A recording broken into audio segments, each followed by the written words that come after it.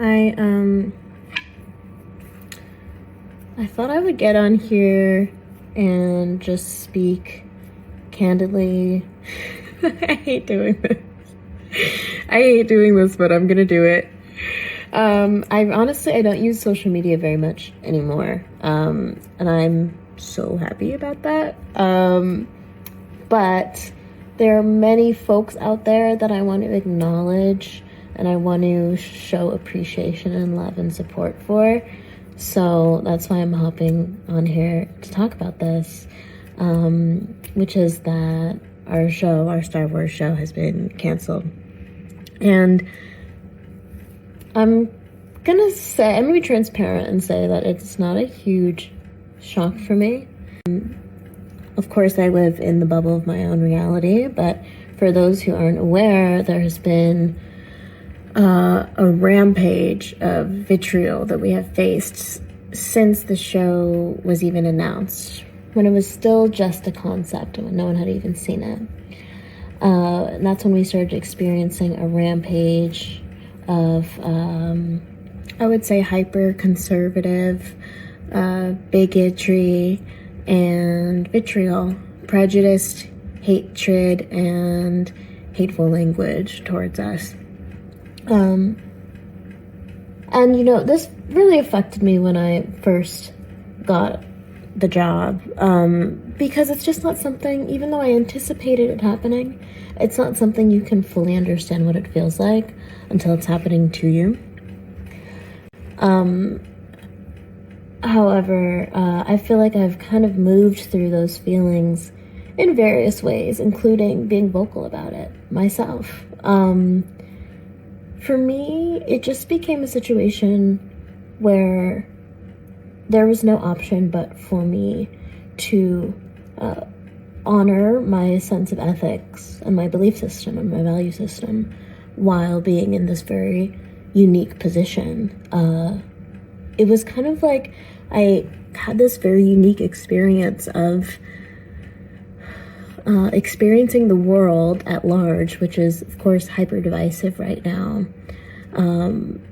through the lens of this very, very unique opportunity of being in Star Wars. And it brought up a lot for me, socio-political dynamics, a lot about my own value system, how I respond to that kind of hatred, how I move through the world at large.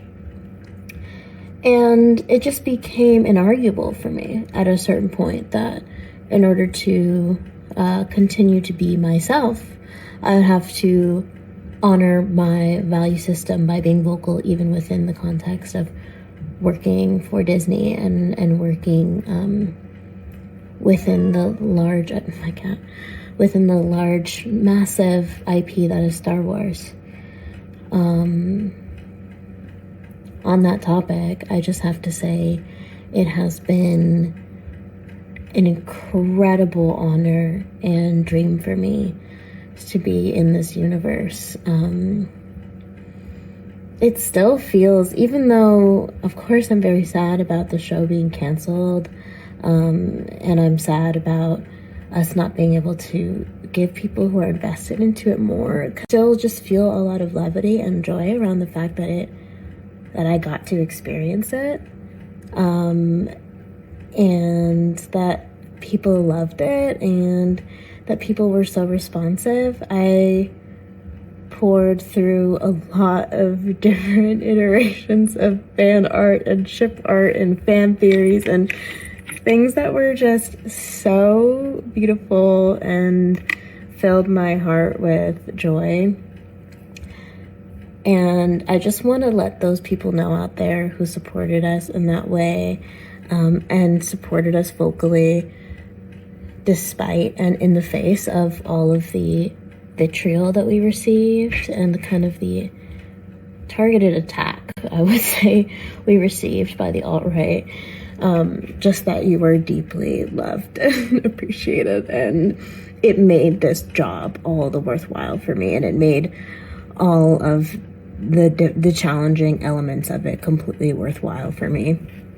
And so that plus my love of sci-fi and fantasy and being able to be a part of the legacy of something that I so deeply value, and something that means so much to me and I've looked up to for so long.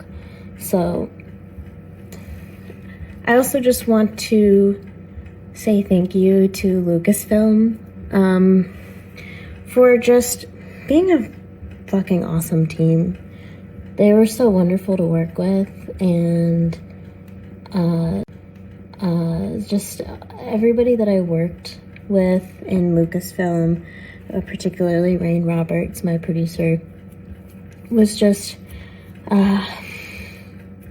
had such like vision and hope and like such a mission for what we were going to continue bringing into the sci-fi universe and into the Star Wars universe. And it was a really beautiful, energizing, life-changing experience to be a part of. And I have to thank Leslie Headland, who I just fucking love that bitch. She just, excuse my French, she's just one of the best people in the world. I think she's so incredibly talented and unique and kind, and I'll love her forever. And I love this experience with her forever. But at the end of the day, I also just want to thank everybody who watched it.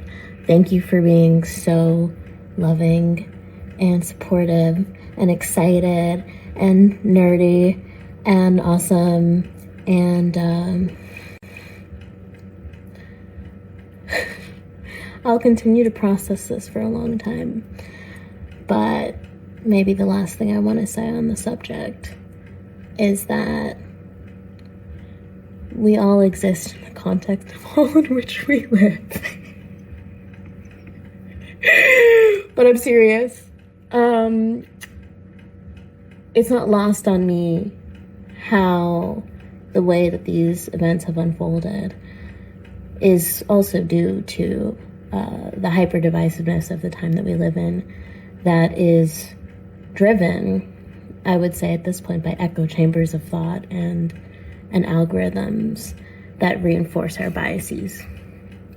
And I think that applies to everybody. But I think that in a particular sect of people, it manifests as a lot of fear for what is changing and a lot of hatred for anything that is other.